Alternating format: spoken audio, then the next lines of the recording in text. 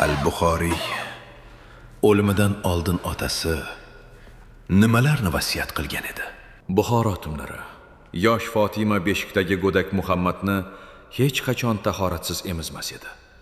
U bolasiga ko'krak tutarkan, bir qo'lida Rasululloh sallallohu alayhi va sallam so'zlari bitilgan ulug' kitobni o'qirdi.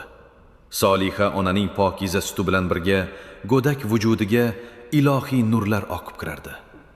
Ammo bu saodat uzoqqa cho'zilmadi. Oila boshi Ismoil og'ir xastalikka chalinib to'shakka mixlandi. Ajali yaqinlashgach, yig'lab turgan zavjasi Fatimani yoniga chorladi. Farzandlarim, sizga omonat. Vasiyatim shuki, o'g'lim Muhammadga yaxshi ilm berasiz. Uni Rasululloh sallallohu alayhi va sallam hadislarini to'plashga rag'batlantirasiz.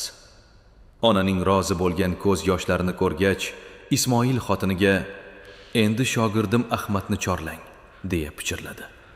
Shogird yig'lab ustozining yoniga kirgach, ota insoniyat tarixini titratuvchi o'sha mashhur iqrorini aytdi.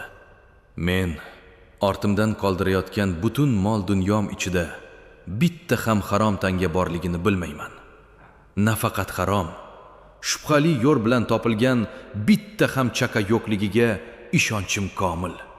Bu ota farzandlariga oltindan ham qimmatliroq mutlaq halol luqma meros qoldirgan edi.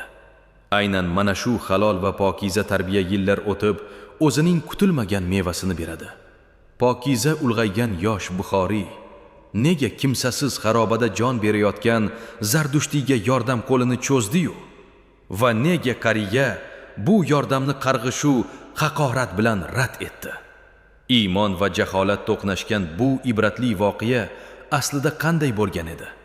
O'tkazib yubormaslik uchun zudlik bilan obuna bo'ling.